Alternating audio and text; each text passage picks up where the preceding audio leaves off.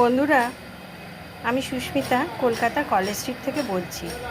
আজ আমি আপনাদের সঙ্গে এই অ্যাগ্লোনিমা প্ল্যান্ট কেয়ার নিয়ে কিছু কথা বলতে চাই। আমার এই অ্যাগ্লোনিমা প্ল্যান্ট একটি আছে, এটা হচ্ছে অ্যাগ্লোনিমা পিঙ্ক ভ্যারাইটি। এটা হচ্ছে মাদার প্ল্যান্ট, আর সেইটা থেকে আমি কাটিং থেকে এই চারাটা তৈরি করেছি। এখন মোটামুটি চারাটা ভালোই হচ্ছে। যখন পাতাগুলো মানে গাছটার বয়স কম থাকে তখন এইরকম হয়, আর যখন গাছটা একটু পুরনো হয়ে যায় সুন্দর সমস্ত পাতাগুলো একবারে পুরো লাল হয়ে গিয়ে ওপরের পাতাগুলো দেখুন একটু পিঙ্ক বেশি। এই গাছটা আমার 2.5-3 বছরের পুরনো, খুব সুন্দরভাবে বেড়ে উঠেছে। তবে এই অ্যাগ্লোনিমাকে শীতকালে একটু অসুবিধা হয়ে যায় এদের, আর এদের কেয়ার বলতে গেলে খুব একটা বেশি কিছু কেয়ার করার প্রয়োজন হয় না। তবে মাঝে মাঝে এদের গাছের এই পাতার নিচে দেখবেন, এই পাতার নিচে অনেক সময় এখানে মিলিবাগ হয়, সেগুলোকে পরিষ্কার করতে হয়। আর সেই জন্য আমি এখানে নিম অয়েল স্প্রে করি। আজকে আমি গাছের পাতা একটু পাতার নিচের দিকেও দেবেন, মাঝে মাঝে একটু নিম অয়েল স্প্রে করে দেবেন।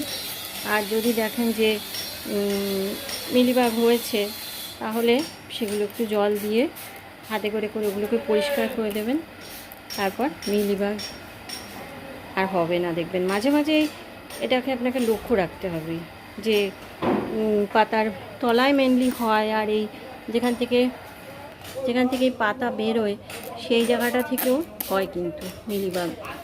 সেই সব জায়গাগুলোকে ভালো করে স্প্রে করে দেবেন, আর মাঝে মাঝে ওগুলোকে লক্ষ্য রাখতে হবে। আর এটা একটু মিস্টিং পছন্দ করে। যখনই গাছে জল দেবেন, জল অল্পই দেবেন, খুব বেশি জল এদের দরকার পড়ে না। তবে দিনে একবার করে অল্প করে জল দিতে হবে। আর যখনই জল দেবেন এটাতে একটু পাতাতে একটু মিস্টিং করে দেবেন। মিস্টিং এরা খুব পছন্দ করে সারা বছরই। আর এগুলো কিন্তু আপনাকে ইনডাইরেক্ট ব্রাইট সানলাইটে রাখতে হবে, বারান্দায় মানে ব্যালকনিতে বা ঘরের উইন্ডোতেও রাখতে পারেন, যেখানে একটু আলো আসছে বেশ ভালো ব্রাইট, সেই সব জায়গায় রাখবেন। তা না হলে আপনি খোলা জায়গায় আকাশের মানে বৃষ্টির জল পাচ্ছে, চড়া রোদ পাচ্ছে, ওই সব জায়গায় কিন্তু অ্যাগ্লোনিমাটা ভালো হবে না। সেজন্য এটাকে মেনলি এটা একটি ইনডোর প্ল্যান্ট হিসাবেই ধরা হয়।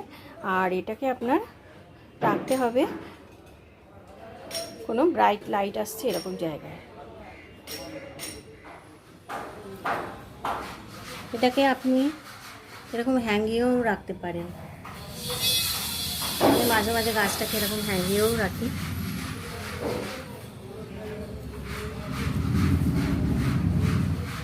মাঝে মাঝে এভাবে হ্যাঙ্গিংও রাখতে পারেন। এখানে আমার এই বারান্দাতেই বেশিরভাগ থাকে এই গাছটা, আর এটা খুব ব্রাইট, এখানে আলো আছে, যার জন্য এখানে গাছটা খুব ভালো হয়। হ্যাঙ্গিংও দেখতে খুবই সুন্দর লাগে। প্ল্যান্টে কি এই অ্যাগ্লোনিমাটাতে কি খাবার দিই সেরকম কি বিশেষ কিছু এতে দিতে হয় না। তবে ওই বছরে একবার আমি সিউইড গ্র্যানিউলসের দানা 4টে করে দিয়ে দিই। ছোটো টব তো, 3টে কি 4টে দিয়ে দিই। আর সারা বছর কিছু দিই না, ওই জলটা বুঝে বুঝে দিই, খুব বেশি জলও দিই না এইভাবে কিন্তু। আর মিস্টিংটা করে যাই, যেটা আপনাদের বললাম যে কিছু একটা ফাঙ্গিসাইড মিলিবাগের জন্য আমি মেনলি নিম অয়েলটাই দিই, আমি অন্য কিছু ইউজ করি না। তাতেই দেখেছি আমার কাজ হয়।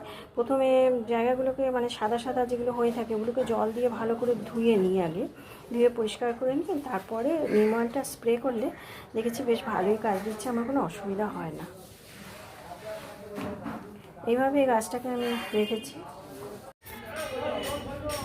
এই প্ল্যান্ট স্ট্যান্ডটা আমি কদিন আগেই বানিয়েছিলাম, আপনাদের সেই মেকিং ভিডিওটাও দিয়েছি। এই স্ট্যান্ডে রেখে গাছটা কেমন লাগছে দেখুন।